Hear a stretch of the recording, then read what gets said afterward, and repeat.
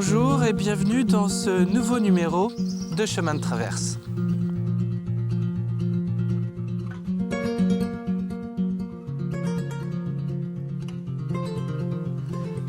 Cette semaine, je vous emmène dans les petites Pyrénées vendéennes pour une balade enchantée, un voyage féerique, sauvage et romantique.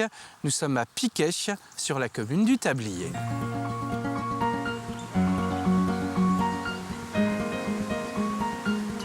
Bonjour Fabienne. Bonjour Grégoire. Alors, tu es comédienne, conteuse, polyglotte des chemins, Voilà.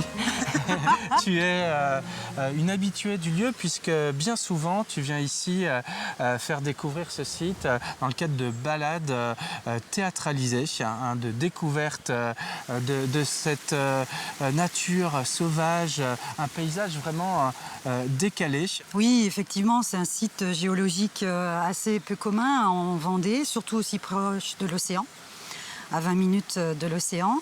Il se trouve que la Vendée est un département charnière entre le massif armoricain et le bassin aquitain.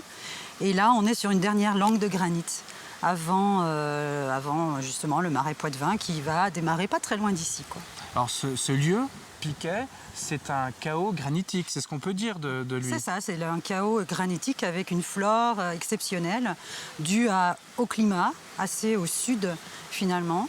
Et donc ce lieu rassemble un petit écosystème magique.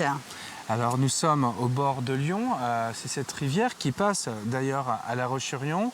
La rivière, elle est là pour le coup encaissée. Nous sommes dans la vallée de Lyon et on va poursuivre ensemble cette balade enchantée parce que c'est non seulement pittoresque, charmant, et vraiment insolite. Et bourré d'histoire. Et bourré d'histoire. Et ça, les histoires, on va les découvrir grâce à toi. Voilà. Tu m'emmènes où maintenant? Là, on est en amont donc, du chaos granitique qui fait 500 mètres. Et on est donc sur la hauteur. On va descendre un dénivelé de 13 mètres, petit à petit. Tu viens? Allez. Grégoire, entrons dans ce monde du voisinage entre humains, animaux, paysage, culture et spiritualité. Wow. Soms horen we de landschap net zoveel als wij het zien. Sometimes we hear the landscape much better than we can see it.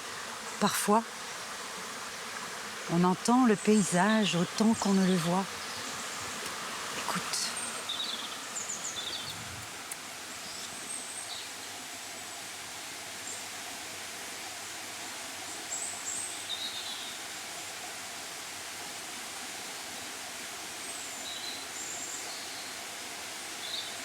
Maintenant, on va aller sur une île. Très bien. Et tu sais, j'ai beaucoup aimé le concert, hein. Vraiment. Qu'est-ce que tu as entendu? La vie. Voici, on arrive à l'île aux 5 au Moulin. Là, derrière Oui. l'arbre. Donc, voilà.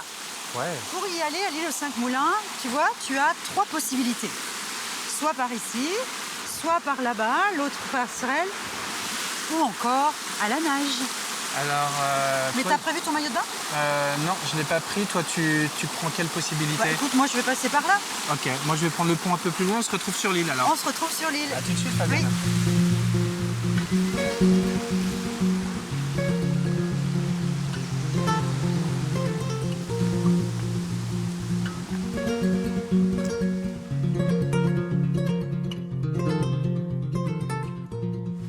Et voilà, nous y voilà sur l'île aux 5 Moulins. Charmant. Donc tu vois, un des 5 moulins, on en voit s'assoit 3. Oui, on va s'asseoir. On va aller prendre un petit thé.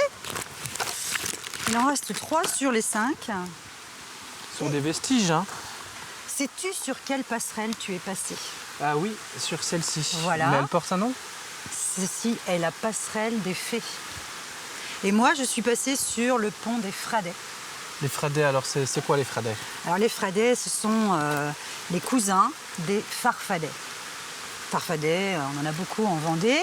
Mais ici, dans la vallée de Lyon, à Piquet, c'est une branche, une cousinade. Et ce sont donc des Fradets. Des lutins? Voilà. De la grande famille des lutins. Ici, sur le terroir local, ce sont des Fradets. On ne pourrait pas être là en plein hiver. Regarde plutôt. Tu vois le pont des Fées? Regarde-moi ça. Ah oui, parce qu'en plein hiver, parfois, l'eau monte tellement qu'il n'y a plus d'espace sous la passerelle. Voilà. Et Ah puis oui. ici, la chaussée des Fradets est complètement recouverte aussi d'eau. Ah oui, on la voit plus. Donc on peut venir ici et être très surpris de ne pas pouvoir traverser le site. Un petit thé pour se réchauffer ce matin? Regarde, Eh bien, avec des avec plaisir. tasses qui viennent de la forêt de Sherwood. Waouh. Eh oui, les forêts, tu sais, j'aime beaucoup les forêts. Il y a un lien entre la forêt de Sherwood et ce site. Ce sont les divinités.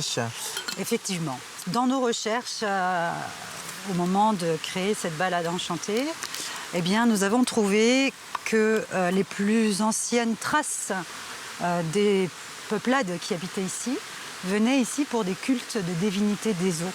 Donc on est bien sur ces terres granitiques, celtiques, avec des rituels en lien avec cette purification, cette eau qui est dynamique. Et ce site est très connu pour justement pouvoir se décharger, se nettoyer. Parfois, on entend le paysage autant qu'on ne le voit. Et parfois, on l'entend tellement que l'on ne s'entend plus. La parole de l'eau, les cascades, les cataractes, les chutes d'eau, waterfall, waterfall, les sources spring, les fontaines, bronnen, les vasques, les flaques, les eaux dormantes, et le courant, le filet d'eau, et le torrent, et les ploufs, les flic-flac, les plic-ploc, les glou-glou-glou-glou-glou-glou-glou, et les plaines, splash, spotters, spottius, drupotius, et les baigneuses, the swimmers, les lavandières, washerwoman, les ondines, les nymphes, sirènes, mermaids, zémermines, et les fées.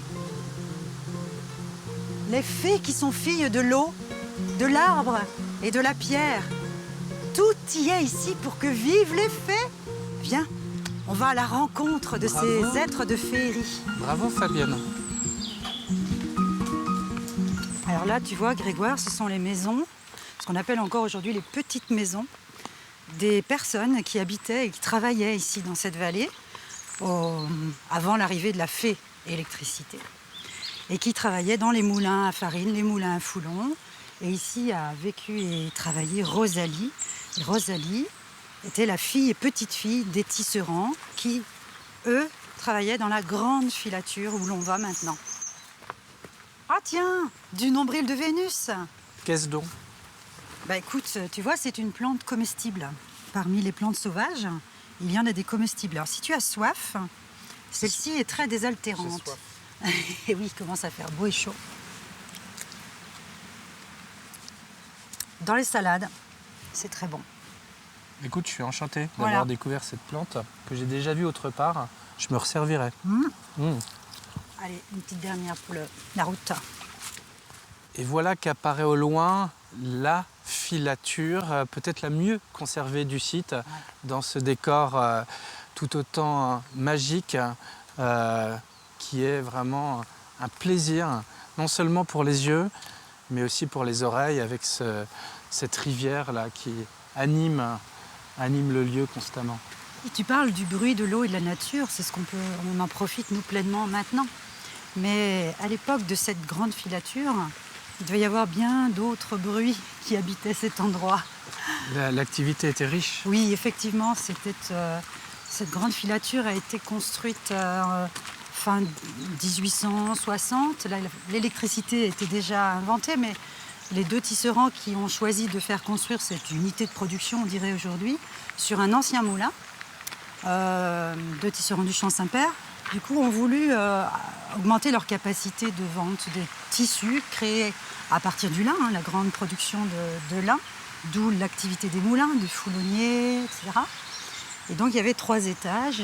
Et on voit aujourd'hui cette magnifique ruine qui est très romantique, effectivement. N'a fonctionné qu'une dizaine d'années, puisque l'électricité s'est développée bien plus vite qu'ils ne le pensaient, cette nouvelle technologie auquel ils ne croyaient pas trop. Et en fait, ils ont fait faillite. Et tu vois ici ces grandes feuilles-là. Oui. Eh bien, au printemps, elles montent, elles montent, elles montent. Elles font des grandes tiges de fleurs jaunes, très belles. Et pour moi, c'est ça le trésor des Fradets. Parce que ça, c'est du bouillon blanc. Les fleurs sont comestibles. Et les qualités du bouillon blanc sont nombreuses, et notamment, alors évidemment pour les enfants et les jeunes, ça va, mais c'est très bon pour l'arthrose, pour tout ce qui est articulaire. Les géologues viennent toujours encore aujourd'hui étudier le phénomène des universitaires, des classes aussi de sciences de vie de la Terre. Et donc les scientifiques, eux, ont l'explication de ces marmites qu'on voit très bien là, tu vois. Ah oui, oui, oui. Les marmites de géants. La version des géologues, effectivement, ces marmites sont créées par l'hiver. Quand on est ici en plein hiver, et tu pourrais revenir, eh bien, l'eau monte tellement haut, ça fait un bruit, tu as l'impression d'entendre un train à grande vitesse. Parce qu'on est ici à la partie où il y a la plus forte dénivellation. Nous sommes arrivés, on a descendu 13 mètres là, de dénivellation. Et c'est l'endroit où il y a la plus forte. C'est pour ça qu'ils avaient construit sur ce moulin, ici, la filature. Mais les gens du pays ont appelé ça les marmites de Gargantua. Fabienne, tu as déjà croisé Merlin l'Enchanteur ici? Ah ah! Merlin l'Enchanteur, figure mythologique qui se trouve dans tout l'Ouest, un peu dans le monde entier. On peut imaginer, non? Voilà, exactement. Merlin qui est aussi à l'origine de la naissance d'un grand géant, ce géant Gargantua, qui va laisser une trace dans ce paysage, surtout ici à Piquet, il serait passé. Et effectivement, aurait joué une partie de palais. Et aurait joué avec tous ces rochers. Il venait de La Rochelle, je crois. Non, il venait de Nantes et il voulait aller à La Rochelle. Ah oui. Voilà. Et puis il aurait fait une partie de palais avec un pauvre diable qui s'ennuyait ici. Et ils auraient lancé les rochers tellement loin qu'on en retrouve un peu partout. La pierre Noline ici en amont. Tu vois les mégalithes qu'on a vers le Bernard, ça vient d'ici, c'est sûr. Et voilà le résultat, un lieu magique, improbable, un lieu d'inspiration. Merci pour toutes ces histoires, Fabienne. Un lieu de ressourcement. J'étais enchanté de passer ce moment avec toi. C'était un plaisir. J'espère à bientôt pour de nouvelles histoires. Pourquoi pas sur un autre lieu, sait-on jamais, ici donc ou ailleurs. Et quant à nous, naturellement, à très vite pour un nouveau numéro de Chemin de Traverse.